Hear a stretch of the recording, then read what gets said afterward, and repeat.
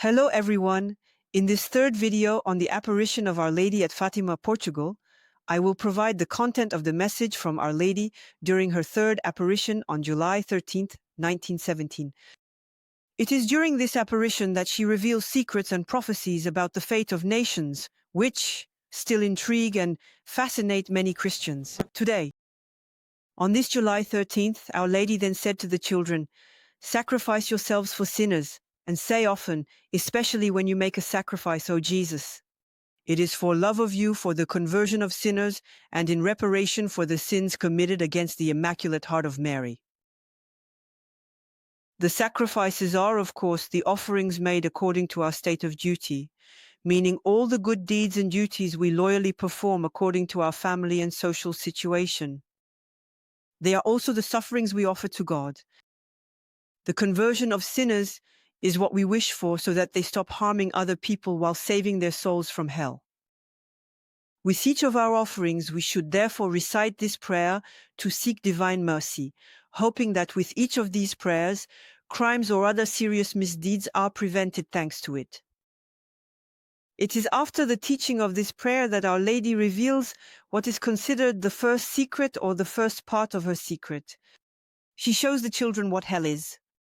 It is an ocean of fire in which souls are plunged, crying and moaning in pain and despair, recognizable by their human forms, but appearing as burning coals. The demons are also plunged into this ocean of fire with the human souls, but in the form of frightening, repugnant, and unknown animals. Our Lady warns, "Have you seen hell where the souls of poor sinners go? To save them, God wishes to establish devotion to my Immaculate Heart in the world. If you do what I tell you, many souls will be saved and you will have peace.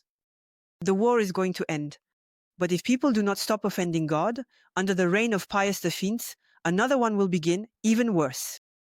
When you see a night illuminated by an unknown light, know that it is the great sign that God gives you that He is going to punish the world for its crimes by means of war, famine, and persecution against the Church and the Holy Father." Unfortunately, men did not stop offending God after Mary's warning, and on January 25, 1938, about a year before the death of Pope Pius V, the great sign spoken of by Our Lady occurred. It was likened to an aurora borealis, but in reality it did not correspond to any known meteorological phenomenon. A fiery red sky lit up the heavens in many places around the planet. Shortly after, in March 1938, Hitler annexed Austria, just before claiming the Sudetenland region in Czechoslovakia. The gears of war then accelerated abruptly. After her warning about the upcoming war, Our Lady added the second secret. She said, "To prevent it, I will come to ask for the consecration of Russia to my Immaculate Heart and the reparative communion of the first Saturdays. If my requests are heeded, Russia will convert and there will be peace. Otherwise, it will spread its errors throughout the world, causing wars and persecutions against the Church. The good will be martyred, the Holy Father will have much to suffer, several nations will be annihilated. In the end, my Immaculate Heart will triumph. The Holy Father will consecrate Russia to me, which will convert, and a period of peace will be granted to the world. In Portugal, the dogma of the faith will always be preserved." On June 13, 1929, when Stalin establishes his absolute power, Our Lady will again request the consecration of Russia. She will do so through a revelation to Sister Lucia, one of the 3 child visionaries of the apparition, who became a Carmelite nun as an adult. Our Lady requested the consecration of Russia to her Immaculate Heart by the Pope, with all the bishops of the world gathered. Sister Lucia will immediately speak about it to her confessor, who will, in turn, relay the request to the Vatican, and to the bishop responsible for the commission of inquiry on the Fatima apparition. Although the investigation, which had already been underway for several years, validated the seriousness of the statements of the 3 young seers of the apparition, and especially of Sister Lucia, the reigning Pope did not fulfill Our Lady's request as she had formulated it. It was only on October 31, 1942, that Pope Pius V, in the midst of World War II, consecrated the world, the Church, and humanity to the Immaculate Heart of Mary.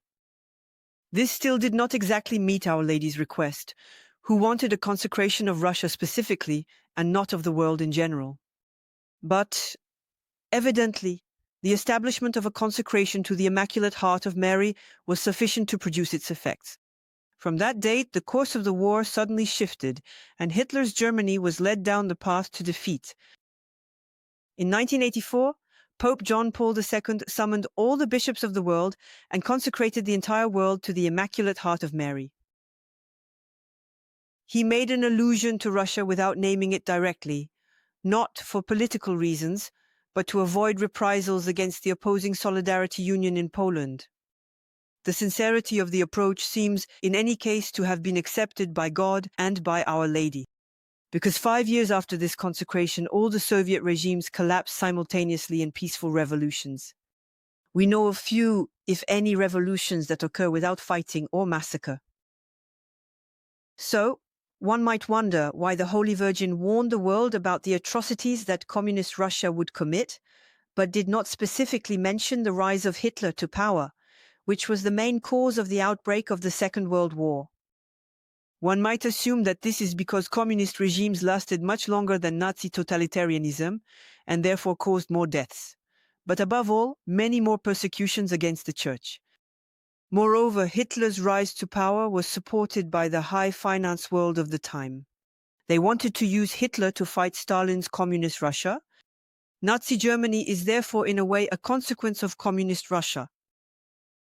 One might also wonder why God allowed the lives of millions of people to depend on the will of a single man, in this case the Pope, to consecrate Russia to the Immaculate Heart of Mary.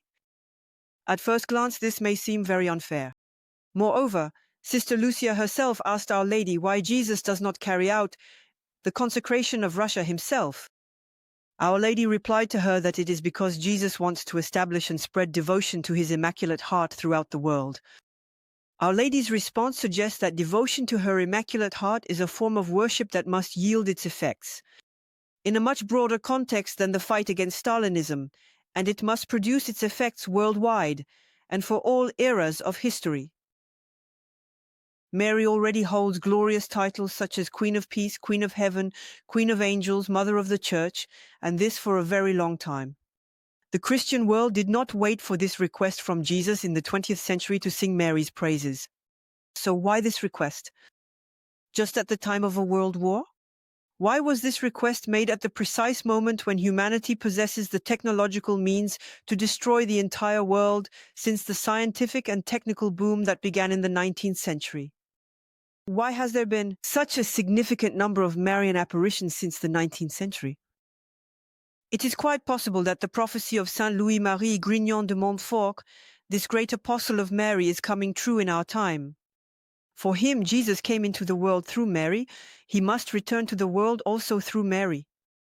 Thus, Jesus will likely return by intervening in the course of human history through Mary.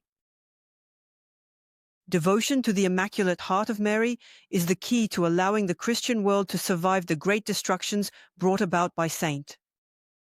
If the fate of the world has been suspended on the will of the Pope and the bishops to gather and make this consecration of Russia, it is undoubtedly because this will was the indicator, the catalyst of the faith in God of all mankind. This consecration of Russia had to be in accordance with the rules set by God for the action of spiritual forces in the world. If men had believed in God enough, if they had loved him enough, prayed, and applied his commandments, then the Holy Spirit would have inspired the popes to make this consecration as requested. And this despite the diplomatic risks. And the submission of the church hierarchy to Marian worship would then have flowed over the Christian world, also called to practice devotion to the Immaculate Heart of Mary. This devotion, which is indeed respected by a portion of practicing Catholics, then pours its graces upon humanity. Its graces, that is to say, the favors of God, are undoubtedly in some way proportional to the number of those who practice it. Finally, during this third apparition, and according to the revelations of the Vatican in the year 2000, Our Lady is said to have revealed the third secret in July 1917. It is said to have been unveiled by the vision of a bishop dressed in white, whom the visionary children identified as the Pope, and who ends up being assassinated by a group of soldiers. The vision given to the children presents tragic events, with bishops, priests, and laypeople being assassinated in a large half-ruined city. Two angels each hold a crystal watering can in which they collect the blood of the martyrs, with which they irrigate the souls approaching God. This so-called revelation of the third secret would have been made after years of pressure on the Vatican. Indeed, the successive popes stubbornly refused to reveal this secret that Our Lady wanted to disclose to the world by 1960 at the latest.